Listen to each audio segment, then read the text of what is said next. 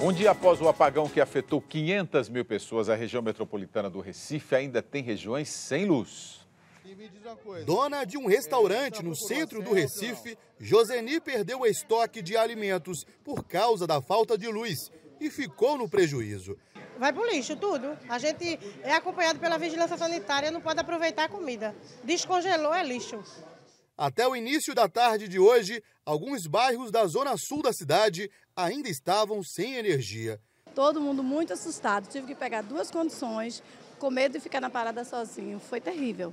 Foi horrível, né? Porque é muito quente, o calor, muita muriçoca. De acordo com a CELP, empresa responsável pelo fornecimento de energia aqui de Pernambuco, informou que 500 mil consumidores tiveram fornecimento de energia interrompido, afetando assim moradores aqui do Recife e de cidades vizinhas, como Jaboatão dos Guararapes, Camaragibe e São Lourenço da Mata. A queda no fornecimento foi causada por um curto-circuito na subestação do Bongi, da Companhia Hidroelétrica do São Francisco. Quem precisou usar o metrô também foi prejudicado. O sistema transporta cerca de 50 mil pessoas por dia.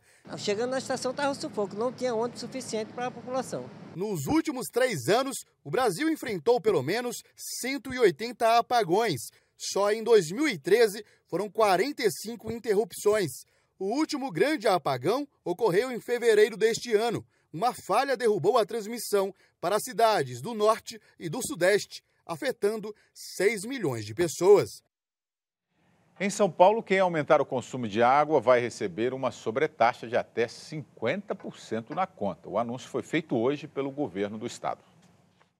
A medida começa a valer em 1º de janeiro. O percentual da multa será calculado com base na média de consumo de fevereiro de 2013 a janeiro deste ano. Quem aumentar o consumo em até 20% terá um acréscimo de 20% na conta. Acima de 20% terá sobretaxa de 50% na conta.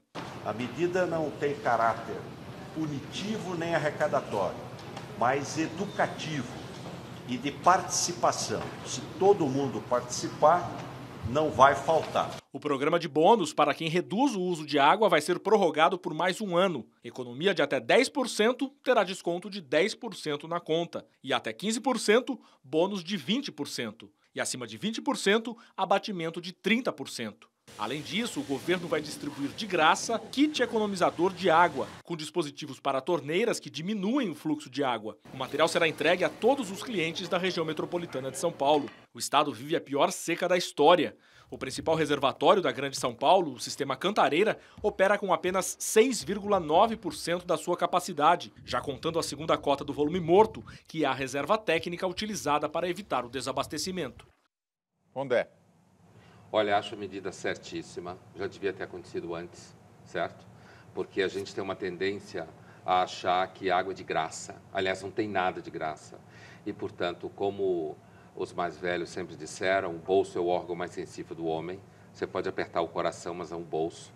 Então, na hora que apertar no bolso, quem gasta mais vai parar de gastar. Agora, o Thiago da hora aqui, a Aline está falando aqui agora, a Sabesp tem que acabar com o desperdício, né? Ah, com certeza. Porque parece que 20%... E apurar melhor a perda nos encanamentos, no trajeto, na distribuição. Está sendo votada neste momento a proposta orçamentária do Estado de São Paulo para 2015. O orçamento sugerido é de 204 bilhões e 600 milhões de reais, um aumento de 8,2% em relação ao de 2014. O texto já foi aprovado pela Comissão de Finanças, Orçamento e Planejamento da Assembleia Legislativa e passa agora pela votação em plenário. Segundo a proposta, a maior parte dos recursos, 92 bilhões e meio de reais, deve ser destinada à área social. Outros 2 bilhões e 400 milhões de reais devem ir para a habitação. Mais de 4 bilhões para a expansão e modernização do metrô e quase 2 bilhões para a CPTM, a Companhia Paulista de Trens Metropolitanos. Ações de saneamento básico ficariam com 4 bilhões e 600 milhões de reais. Nós temos algumas secretarias, como por exemplo a Secretaria da Cultura, ela não chega a ter 0,5% do orçamento, ela tem 0,44%, se não me falha a memória. Outras secretarias como Agricultura, Esporte, assistência social, os orçamentos são muito pequenos. Tanto a educação quanto a saúde, houve um pequeno acréscimo no investimento desse orçamento para que possa ser ampliado em relação ao mínimo exigido pela legislação. O grupo Estado Islâmico executou 900 pessoas de uma tribo no leste da Síria.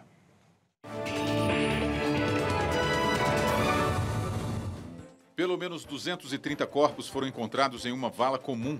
Os sunitas foram mortos por terem se rebelado contra o grupo islâmico. Autoridades ainda procuram por 700 desaparecidos. O Estado Islâmico é acusado pela ONU de crimes contra a humanidade e de cometer diversas atrocidades, execuções e decapitações. A Jordânia entregou ao Conselho de Segurança da ONU um esboço de resolução de paz no Oriente Médio, com prazo de 1 ano, e um projeto de devolução das terras ocupadas por Israel até 2017. As propostas, que podem ser votadas a partir de amanhã, deverão ser discutidas entre os diplomatas. Analistas internacionais acreditam que os Estados Unidos devem vetar a resolução, a exemplo do que fez há 2 meses, quando impediu que um projeto palestino de paz fosse adiante.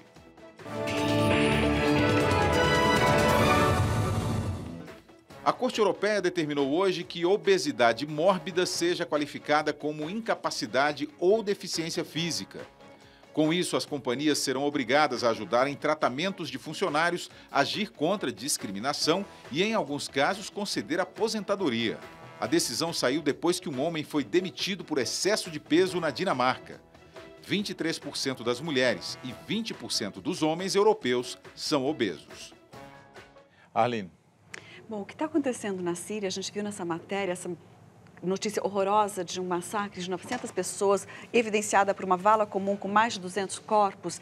Bom, está mostrando que a população está sofrendo com o avanço do Estado Islâmico. Notícia boa é que no Iraque os curdos conseguiram retomar um importante território que estava sob controle do Estado Islâmico, evidenciando assim que há uma luta ferrenha, uma luta atroz que está acontecendo entre populações locais e o Estado Islâmico. Que ainda por cima está o quê? Se valendo do vazio deixado pela guerra civil na Síria e pela ocupação norte-americana do Iraque. É toda essa situação que configura esse horror que está acontecendo, essa possibilidade desse horror se materializar na Síria. No caso da Palestina, o Conselho de Segurança agora está diante de uma importante votação. Essa notícia é muito importante, quer dizer, depois da autoridade palestina propor o ingresso da Palestina na ONU e não conseguir o ingresso pleno, mas sim ter o seu status elevado para um não membro, quer dizer, membro observador, né? Um Estado não membro, reconhecido como Estado, mas não é membro pleno da ONU. Agora está pedindo que o Conselho de Segurança vote num tempo, né, num cronograma de 1 ano para acabar com a ocupação. Esse cronograma é dificílimo de ser executado, dificílimo, mas a hora que os Estados Unidos vetarem, se de fato vetarem esse programa, vai ser mais um isolamento dos Estados Unidos numa tentativa mundial de terminar a ocupação israelense dos territórios palestinos. A seguir, apesar da crise, Vladimir Putin faz questão de dizer que está apaixonado.